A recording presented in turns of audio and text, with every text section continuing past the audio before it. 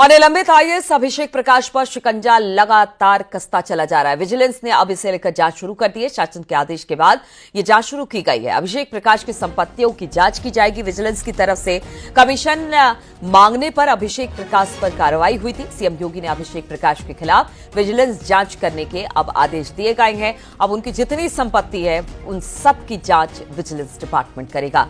तो अभिषेक प्रकाश की मुश्किलें लगातार बढ़ती चली जा रही है। जिस तरह से ये पूरा मामला खुलकर सामने आया था, बताया जा रहा है कि कमीशन मांगने में अभिषेक प्रकाश पर कार्रवाई हुई थी, लेकिन अब एक के बाद एक जांच उनकी संपत्ति को लेकर शुरू हो गई है और इस बार विजिलेंस की जांच शुरू की गई है। शासन के आदेश के बाद अब एक बार फिर से अभिषेक प्रकाश की संपत्तियों की जांच होगी और देखा जाएगा कि कितनी संपत्ति है अभिषेक प्रकाश के पास। अभिषेक प्रकाश के खिलाफ विजिलेंस जांच करने के निर्देश अब दे दिए गए हैं। विजिलेंस की जांच अब जल्द शुरू होने वाली है। निलंबित आईएएस अभिषेक प्रकाश की मुश्किलें लगातार बढ़ती चली जा रही है। जिस तरह से ये पूरा मामला खुलकर सामने आया था, बताया गया कि अभिषेक प्रकाश के खिलाफ अब विजिलेंस की जांच होगी, क्योंकि इन पर आरोप लगा कमीशन मांगने का और इसी के बाद इन्हें सस्पेंड किया गया था और अब इन पर कार्रवाई होगी विजिलेंस के जांच के तौर पर।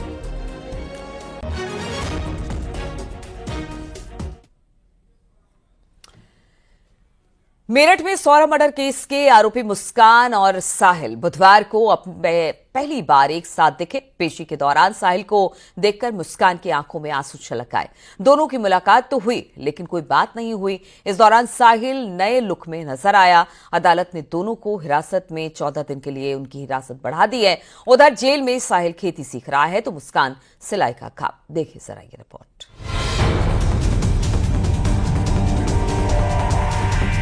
सौरभ हत्याकांड के 14 दिन बाद कातिल मुस्कान और साहिल का सामना पहली बार एक दूसरे से हुआ। दोनों की न्यायिक हिरासत के 14 दिन पूरे हो रहे थे, लिहाजा उन्हें अदालत के सामने पेश किया गया। कोर्ट में दोनों की पेशी जेल रूम से ही हुई। वीडियो कॉन्फ्रेंसिंग से पेशी के दौरान लगभग 2 मिनट तक दोनों की मुलाकात हुई, लेकिन कोई बात नहीं हुई।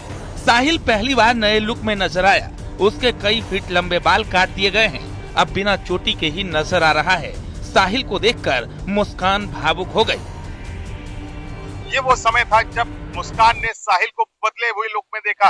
जब साहिल जेल में आया था तो उसके 2.5 फीट के बाल थे, लेकिन जेल प्रशासन ने उसके बाल कटवा दिए और अब साहिल नए लुक में है। मुस्कान उसको निहारती रही।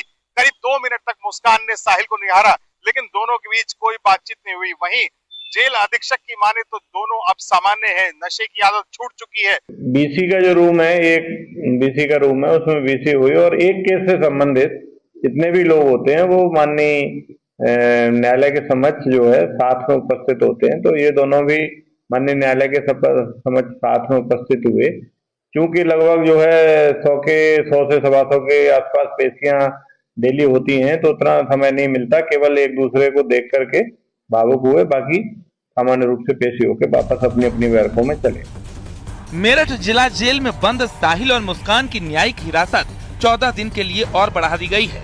वीडियो कॉन्फ्रेंसिंग के दौरान जज ने पहले मुस्कान और फिर साहिल से उनके नाम पूछे। इसके बाद अगली पेशी की तारीख 15 अप्रैल तय कर दी गई।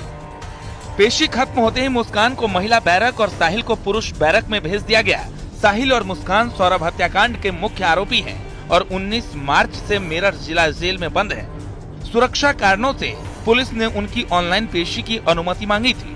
मुस्कान जेल में सिलाई कढ़ाई का काम सीख रही है, जबकि साहिल खेती सीख रहा है। इन्होंने सीखने के लिए कहा था। मुस्कान ने सिलाई कढ़ाई का काम सीख रही है और साहिल जो है अभी खेती सब्जी और बागवानी का काम सीख रहा है। अभी अपने अपने काम को सीख रहे हैं।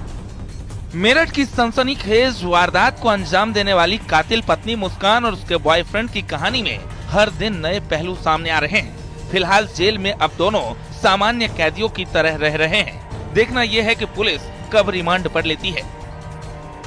मेरठ से निखिल अग्रवाल, न्यूज़ 18।